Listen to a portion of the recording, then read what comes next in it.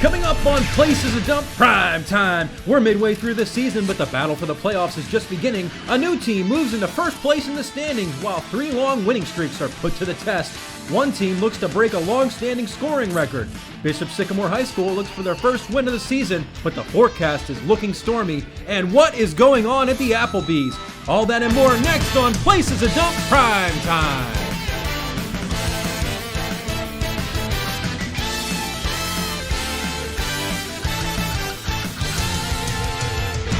Places to Dump Primetime is brought to you by Miller Lite. Don't care anymore? Drink Miller Lite, the official beer of giving up. Welcome in, everybody. We're back. It's Places to Dump Primetime, Week 7. I'm your host, Chris Berman, alongside Tom Jackson. Why did you hesitate? Tom, we're halfway through the season. You know what that means. Pumpkin spice lattes, baby. No, it's time for your mid-season power rankings. Aw. Before we get to that, though, we had some great matchups this week. We start with a team that is absolutely on fire. Mr. Softy looking for their 5th consecutive win after starting 0-2. It won't be easy, though, as they take on Sarge Tattoo Parlor. STP comes out strong, gets the early touchdown from David Carr, not to Darren Waller, some other white tight end. Back comes Mr. Softy. Matt Stafford, probably looking to be your league MVP this year, finds Robert Woods in the corner. One of his 3 passing touchdowns on the day. Back comes Sarge Tattoo Parlor. DeAndre Hopkins gets one over the middle. And a touchdown from Kenyon Drake, and they're right in it.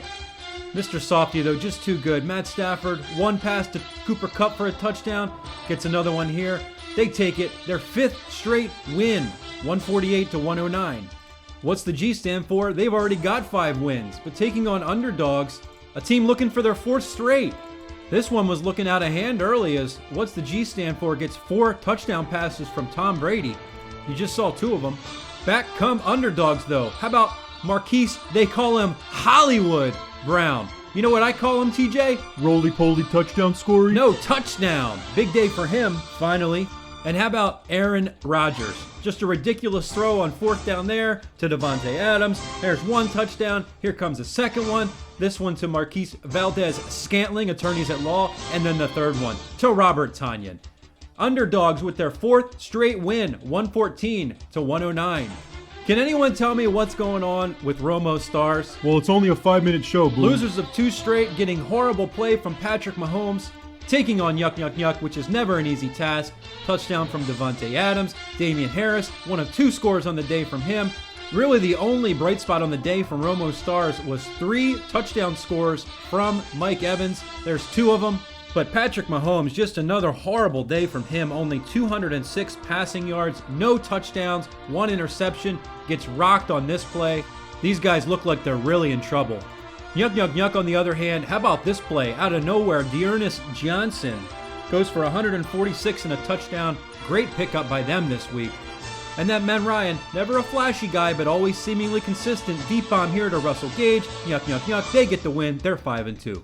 Bishop Sycamore High School, will this be the week they get their first win, taking on Sicklerville Hurricanes? How about this touchdown bomb from Terry McLaurin? He grabs that one. Bishop Sycamore looking great early on. Once again, just outstanding roster management from them, putting the right guys in the right positions. A.J. Brown with another touchdown catch there. But then here come the Hurricanes, Tom. Yeah, just another week where Bishop Sycamore gets the raw end of the deal, the short end of the stick, the moldy banana, if you will. Joe Burrow with 3 touchdown passes, 2 of them to this Uzama guy. I'm not even sure he's an actual player. I think he's some kind of ringer.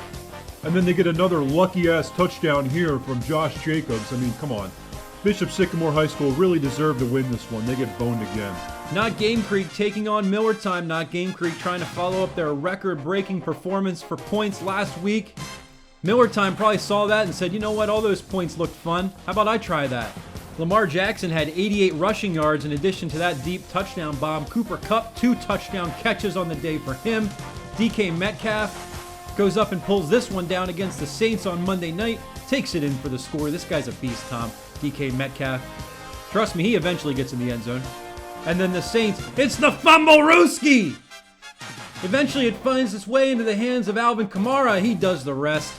Miller Time with a monster 203 points on the day. They don't quite get the record set last week by Not Game Creek, but they come close. They're 4-3, right in the playoff hunt. Speaking of the playoff hunt, here's your standings after Week 7. Tom, take us through it. Well, we got a new team at the top, but they're at the bottom of my power rankings and number 10 in our hearts. Mr. Softy, 5 straight wins. Just below them in the standings, but 9th in my rankings is Nyuk Nyuk Nyuk. What's the G stand for in 3rd? They're 8th in my rankings. How about the highest scoring team in the league sitting in 4th place? They're number 3 in my power rankings. Underdogs, winners of 4 straight, but they're actually 11th in my rankings, even though there's only 10 teams. Romo Stars in 8th place in the standings, but I didn't even put them on my list. The number 2 team in my rankings, Sarge Tattoo Parlor, and unquestionably at the top of my rankings, Bishop Sycamore High School. Hard to argue with any of those rankings, TJ. I think you're right on the money. Well, that'll do it for this week's edition of Places to Dump Primetime. We'll see you right back here next week with more action. Until then, good night, everybody.